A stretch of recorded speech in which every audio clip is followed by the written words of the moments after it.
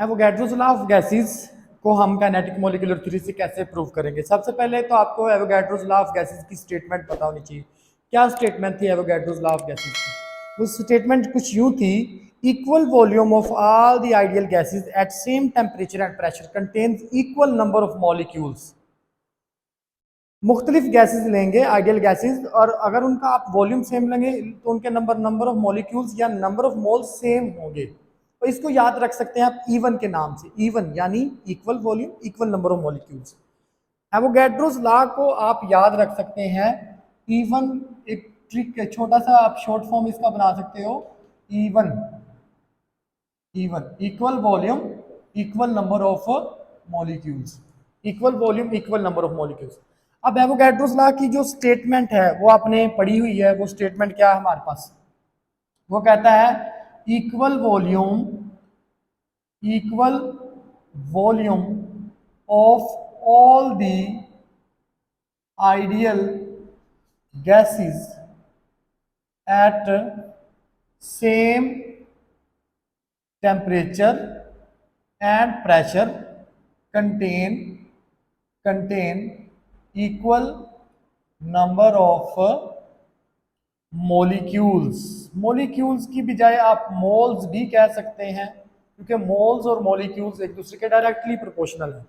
Equal volume of all the ideal gases, हमने इसको prove करना है। लेट्स से कि मेरे पास दो गैसेस हैं और उन दो गैसेस का जो है ना, ये एक के मॉलिक्यूल्स N1 है और दूसरी गैस के मॉलिक्यूल्स N2 है, तो इक्वल वॉल्यूम लेंगे तो वो इक्वल ही आएंगे। ये हमने प्रूव करना है। ये हमारे पास, अगर हम ये प्रूव कर दिया काइनेटिक इक्वेशन से, तो ये क्या हो जाएगा, डेरिवेशन हो जाएगी Avogadro's law from kinetic equation. अब देखें, यहाँ पर मैं डेरिवेशन की हेडिंग देता हूँ। डेरिवेशन में आप कंसीडर करें टू गैसेस को। Consider gas 1 and 2। Consider gas 1 and 2। Gas 1 और 2 कंसीडर करें, और इसमें भी जो गैस 1 है उसके मॉलिक्यूल का मास m1 है, और गैस 2 है उसके मॉलिक्यूल का जो मास है वो m2 है। इस तरह गैस 1 का जो वेलोसिटी है मॉलिक्यूल्स की c1 स्क्वायर बार है, और गैस 2 के मॉलिक्यूल्स की वेलोसिटी c2 स्क्वायर बार है। गैस 1 के मॉलिक्यूल्स n1 है, गैस 2 के मॉलिक्यूल्स n2 हैं। तो देखें यहां पर consider two gases, consider two gases 1 and 2। Two gases ले लें 1 and 2।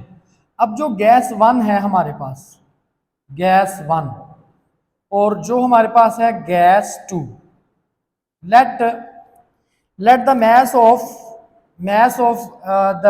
one molecule of the gas 1 is m1, और इसमें आप देख लें इसका जो वेलोसिटी है वो c1 स्क्वायर बार ले लें, और इसके मॉलिक्यूल्स की तादाद n1 ले लें, और इसी तरह इसके गैस के मॉलिक्यूल की मास m2 ले लें, c2 स्क्वायर बार हो जाएगा मीन स्क्वायर वेलोसिटी, और total number of molecules of gas 2 वो n2 है। तो ये हमारे पास आ जाएगा। अब काइनेटिक इक्वेशन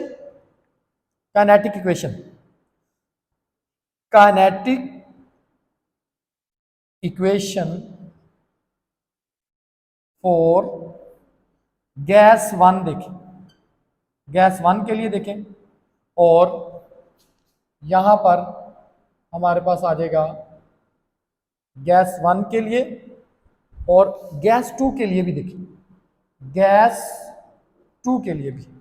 तो kinetic equation for gas 1 and for gas 2, kinetic equation for gas 1 क्या होगी? PV equals to 1/3 mc square bar है ना, तो वहां पुट करते जाएं एम की।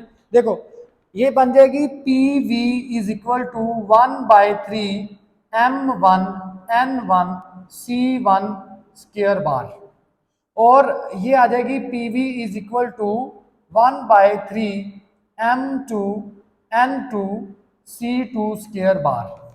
ये इक्वेशन नंबर 1 कह दो, इसको इक्वेशन नंबर 2 कह दो।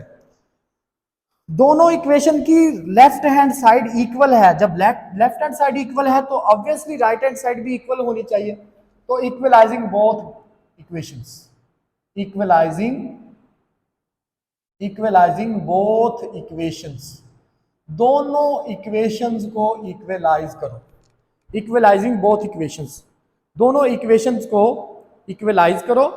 तो इन दोनों इक्वेशन को अगर इक्वलाइज करते हैं तो क्या आएगा, P1 V1 equals to P2 V2।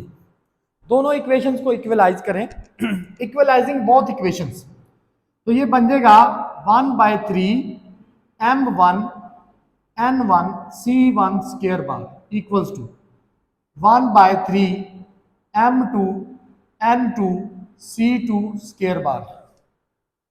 अब यहां से कुछ कैंसिल हो रहा है, 1/3 और 1/3 कैंसिल हो गया, तो ये आ जाएगा हमारे पास M1 N1 C1 square bar equals to M2 N2 C2 square bar.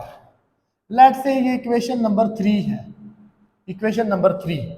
अब इक्वेशन नंबर 3 देखें, हमने एक पढ़ा था कि kinetic energy is directly proportional to absolute temperature. If temperature is same, kinetic energy of different gases will be same. तो kinetic at same temperature, यहां एक स्टेटमेंट है, at same temperature kinetic energy per molecule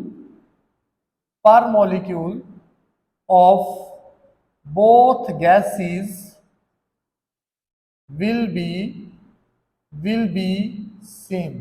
kinetic energy per molecule, अब एक molecule की kinetic energy क्या बताई थी, अभी हम इसको देखें, हाफ M1 गैस 1 के लिए C1 स्क्वायर बार, हाफ MV स्क्वायर पढ़ा ना, तो केमिस्ट्री में हम C स्क्वायर बार लेते हैं, तो ये आ जाएगा half M2 C2 square bar. तो ये यहां से 1/2 से कैंसिल हो गया, तो M1 C1 स्क्वायर बार M2 C2 स्क्वायर बार। अब ये इक्वेशन नंबर 4 कहते हैं, डिवाइड 3/4, 3 को 4 से डिवाइड कर दे, तो ये हमारे पास क्या बन जाएगा, M1 N1 C1 स्क्वायर बार अवर M2,